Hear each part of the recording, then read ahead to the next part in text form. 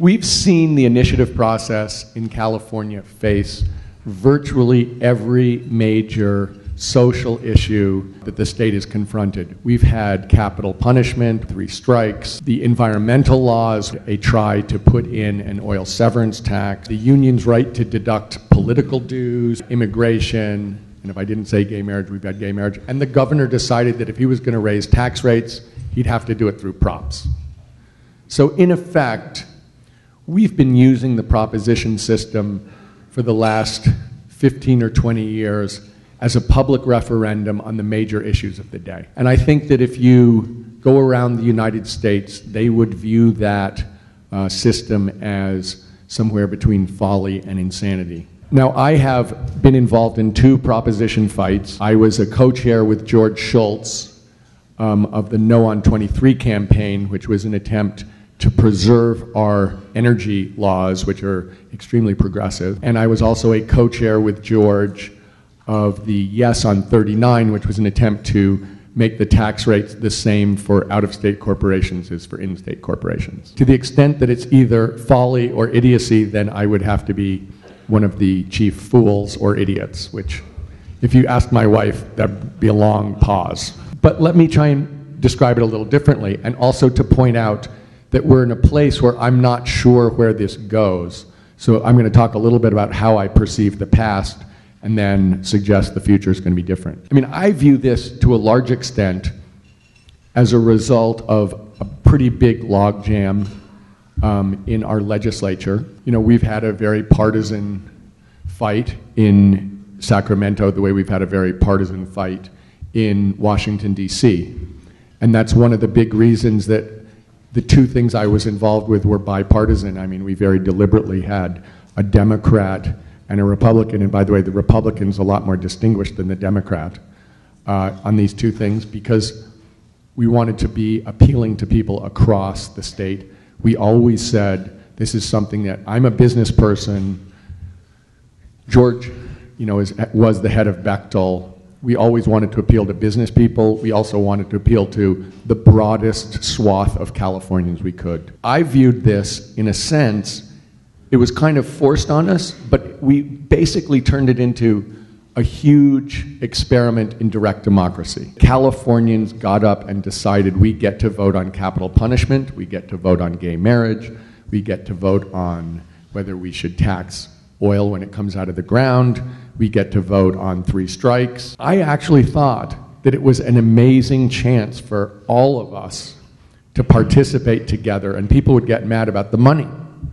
And my attitude about the money was, actually, you need that much money to explain things to 37 million people. Now, it's a little bit unfair in my mind about who gets to do the explaining, because at some level, money is speech. So that part is a little unfair, but the fact is, we get a chance to go be educated and decide if we want to raise the tax on cigarettes $1 a pack. We get a chance to go out and see if we want GMO labeling. I actually think that in many ways, it was a step towards, you know, a true direct democracy. And I think we'd probably all rather have representative democracy, but this was an actually extremely involving, and I thought in many ways, we came up with some pretty good results. Let me talk a little bit about the things people don't like about it, which is money. But if you look, it is very hard for people to put up big money and get their ways. Excuse me. That church bell is my wife, who I'm not going to answer.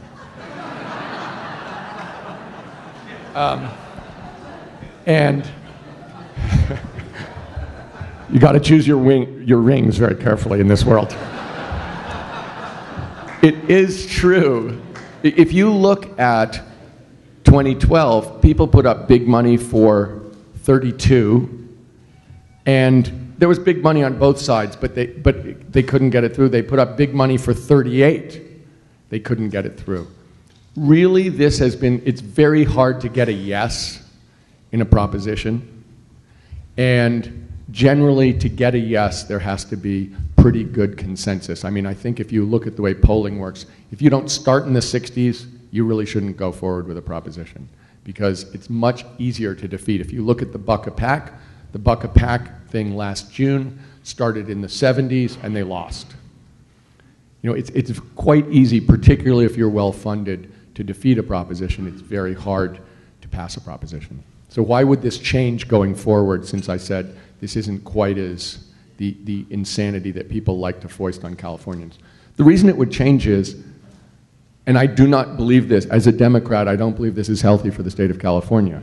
There are supermajorities or very close to supermajorities in both houses of the legislature, which implies that if the Democrats want to do something, that they can get it done, so the need to use a proposition is much less. As a Democrat, let me say, having one healthy party, one party with strong representation, one party that could be a majority party in any election is not, you know, I've never seen that around the world, and I've invested on every continent where that turns out well. So, you know, I don't believe that's good for the state of California. I don't believe it's good for the United States of America. So I'm hoping that we're going to get back to a place that's much more contested and even though that's a crazy thing for a Democrat to say.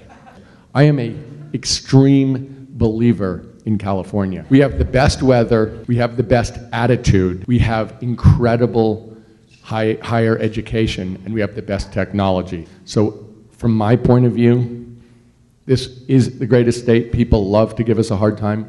We will prosper mightily going forward. Thank you.